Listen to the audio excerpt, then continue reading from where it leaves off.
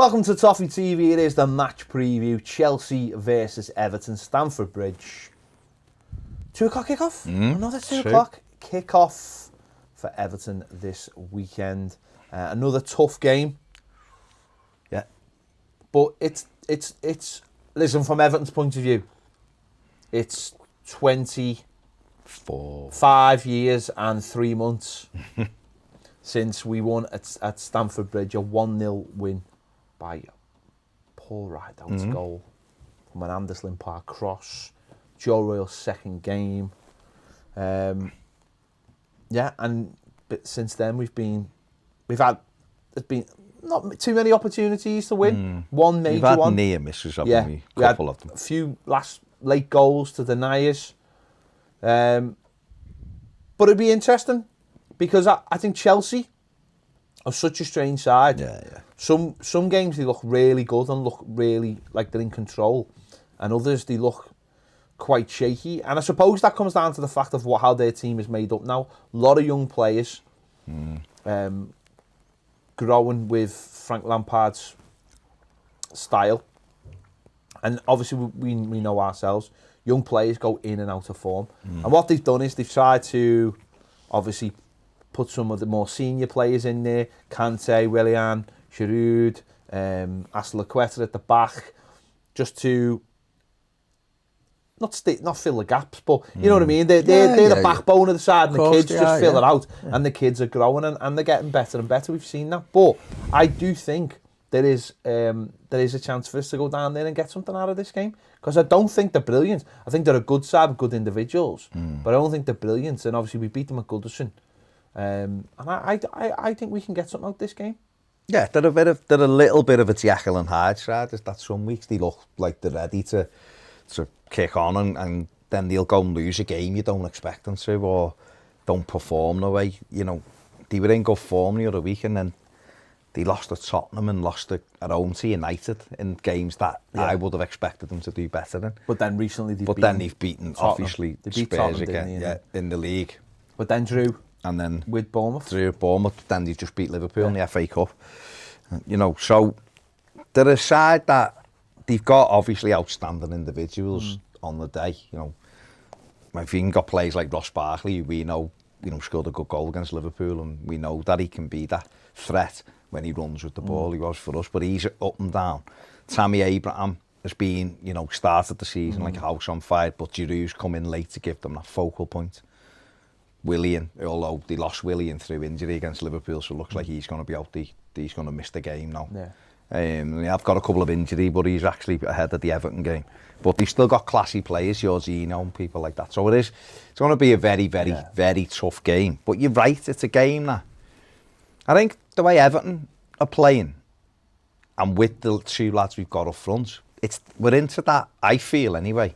And only results really make this a true thing, but it feels to me as though we've got a chance in every game now. Yeah, I think because of the 2 lads. I think that's the difference recently. Is that I think maybe as fans we look at games and if we go behind or whatever and think, I'm not sure. Or when it was 1-1 against Man United, I was a bit like, I can only see one team winning now. But we come out the second half and we were flying, and we took it to them. Last half an hour at Arsenal. And I think it'll be similar on Sunday. I think it's interesting that I read something Carlo Ancelotti said about Bernard, whereas he feels like he affects games better when we're in control. And I think it's interesting, isn't it? I think recently, in the last few games, I think what we've managed to do is keep ourselves in games, and then I think in the last half an hour of games recently, we've really become stronger. Now that might be because the likes of Arsenal and Man United have had Europa League games a few days before, and they've played a few more games. But I think you can see the energy levels are higher. And I think having players like Bernard coming off the bench late on has helped us control games, or keep making chances. Look at Watford. We had 10 men, and we still went for the win and won the game. So with that, Crystal Palace, we had a sticky little spell after Benteke equalised, and then we stepped up and took the game away from them. So I think you're right. What you're saying is that for whatever reason, whether it's just Carlo Ancelotti's backroom team and Duncan have got the players fitter, and it's now benefiting us rather than it did in the first half of the season. Yeah. Maybe that's what's happening. And the tactical, and confidence. And the tactical nous as well of making the subs, making the changes, understand, because that's what I mentioned the Bernard one because I thought that was really interesting of understanding what your player can bring, understanding that Bernard is not a player maybe in away games for the first hour, even though we'd all want him to be in there, where it's nip and tuck, or even games like Man United at home, where it's nip and tuck. No team's got firm control, but he believes that there will be a time in the game where we'll take over control, and that'll be the time to bring him on. And that's understanding your players, and that's understanding your squad, and that's also understanding the game, how the game's going, or where you think the game's going. And when you've got all that experience, I think that's a massive thing. So I think it'll be the same on Sunday. I think Chelsea will come out, and for the first part of the game, being the home team, they'll try and assert themselves onto us. And I think as long as if we can stay in the game, which they shouldn't. I mean, you know what I mean. As long as we don't do nothing stupid and concede a couple of silly goals back to back, and we stay in that game and we're still in the second half, I can see what's happened in the last couple of games where the legs take over because we're only playing one game a week. The likes of Richarlison, the likes of Dom, who run all day for you anyway, they'll start to carve out little chances, and I think that's where the game could be won if we can get to those stages of the game, because Chelsea played last week in the Champions League. They played away, then they played in the FA Cup this week. They're playing in the Champions League the week after. But the point being is they've always got that focus on 2 games a week at the moment, and that's going to keep you with one eye on what's going on. So of course, and with the injuries they're picking up, because they are picking up a few injuries because of all the games. Willian, I think, is a fantastic player, so that's a big... And he was playing really well against Liverpool when he went off. So if he is out, and it looked the saying that he is, then that'd be a big plus for Everton, because he is a dangerous player. He can call... I know they've got good young players. They brought Mason Mount on, he's a good player. The Billy Gilmore, the kid in midfield, 18, he looked good, didn't he? Sent Fabinho the shop for one opportunity.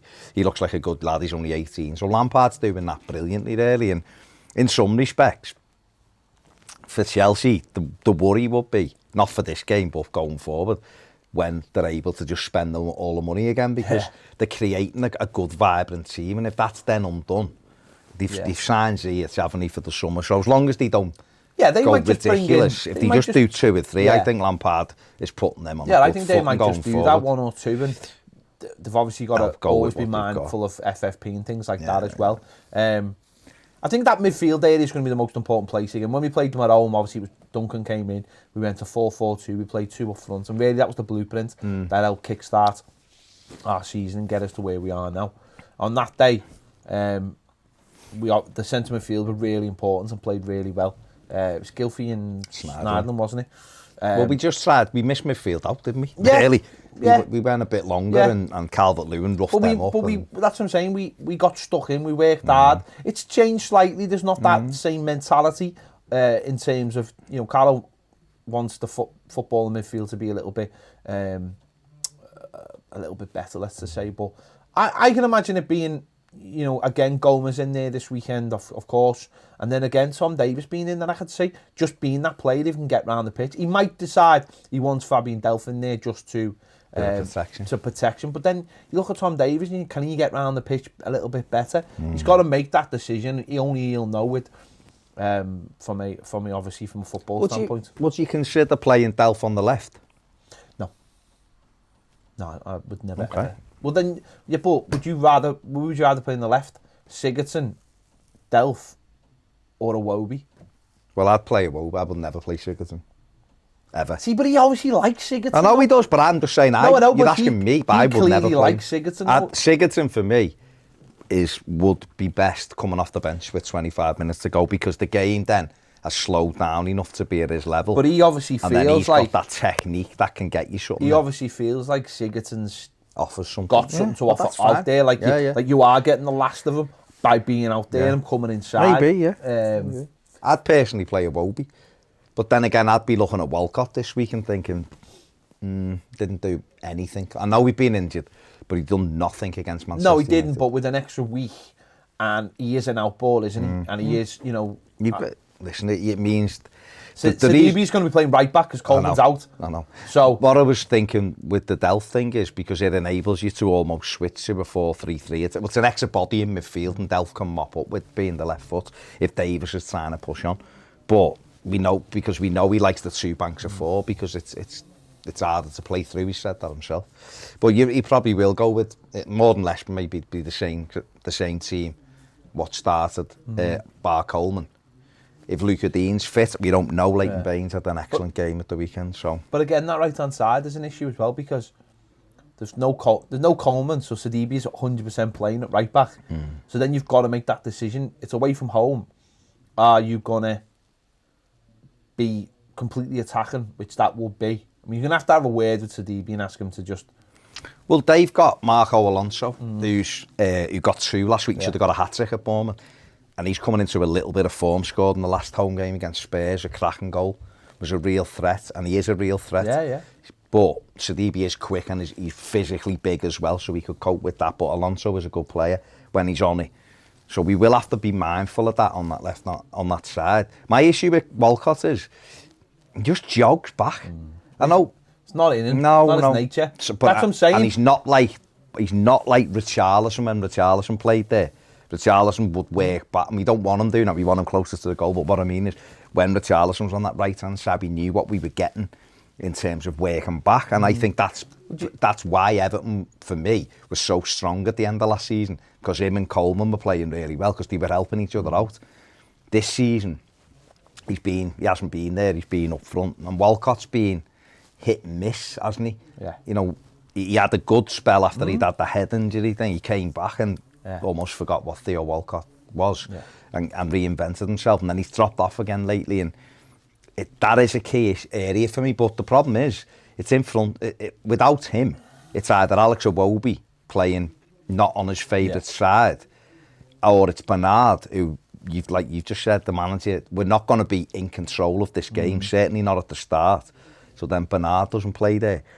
So it probably is only either Theo Walcott or Alex Iwobi who can play there. Big decision for them to make. Big decision. And that's where they're strong down that left-hand side, you know, with, like you said, certainly with Alonso. So that'll be a key thing, but then again, Walcott offers an outball, like you said. He's quick and direct. And he scored a few goals against Chelsea for Arsenal. He's not done it for us. No. But who knows? I mean, Chelsea are looking to keep 4 consecutive home clean sheets against Everton for the first time since 1935. So we're due a goal, aren't we? We're winless in our last 24 Premier League games against Chelsea away. Lost 13 through 11 since we won in November '94. The Leeds were the only team who had a better record than us between 1951 and 2001 when Rooney scored the winner, obviously. Only Liverpool and City have won more Premier League points than Everton since Carlo Ancelotti took over. Which is, I mean, these are all good things, aren't they? Yeah. But only 38% of Chelsea's Premier League goals have been scored at home. So that suggests that if you can't stay in the game with them, that they're not as fluent at home. We've seen teams like Southampton go there and win 2-0. No, they rode the luck, and we'll have to ride our luck a bit on Sunday. But it's being able to take them opportunities when they come along. We went to Arsenal last time out and had the perfect start.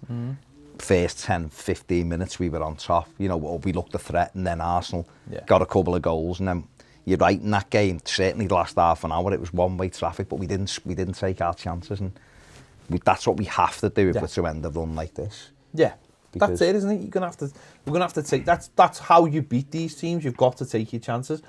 You know, I bet you when Southampton beat Chelsea 2-0, I bet you only had 2-3 chances all game, and put them in the back of the net. It's what happens. You know, Burnley went to Old Trafford. I bet you they only had a couple of chances to win 2-0. It's what happens. You've got to take your chances. Yeah. It's Palace at Brighton at the weekend. You watch Liverpool all season, and we've seen people have chances against them, not take them. And I think it was only like last weekend's Watford that you actually finally seen a team take their chances after missing chances without Liverpool punishing them. That's what the good teams do. They get that. We see it at Goodison, don't we? When someone goes close and you get the what are you doing? What are you doing, sort of thing. And I think that's what the big teams do internally. They go, if someone has an opportunity, they go, how did that happen? That's a let-off. We're not, or even if they go behind, they go, that was your warning. Now we've got to go and play them. So if we're to start beating these teams, we have to be clinical. I mean, that means creating more chances, almost to miss more chances, if you know what I mean. Yeah, if you're only making 2 or 3, then you're leaving yourself with a lot to do. There's a stat there. We haven't kept a clean sheet in our last 13 away games. Only Villa have got a worse record. So that's a big thing. Obviously, you keep a clean sheet, you're giving yourself a great chance of winning it, and that's what we'd have to do. And like I said right at the start, with Richarlison and with Dominic Calvert-Lewin, I feel like we've got goals in us. The 2 of them are a threat. You keep one quiet, the other one comes up with a goal. And then obviously you're hoping, I think personally, Yerry Mina will be back in the side this week. But you don't know, because we drew 1-1, but he's a real threat for us. He had a great game against, 2 great games against Chelsea, 3 great games against Chelsea, the last 3 times he's played, actually. 2 clean sheets last year, and obviously, 3-1 this year in the first game. Chelsea wing-back Marcus Alonso's been involved in 6 goals in just 769 minutes, 4 goals and 2 assists.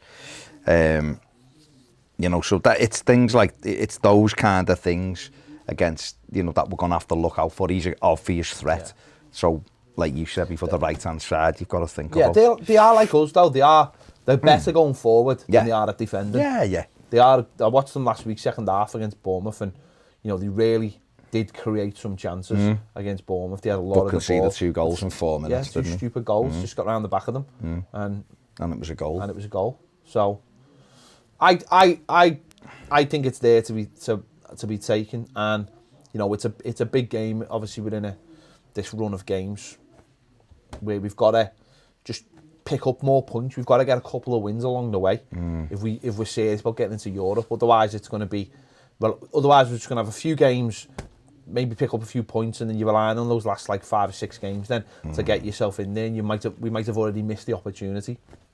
And it's how we kick on for next season as well. And, Chelsea, there's going to be a lot of pressure on Chelsea this weekend as well.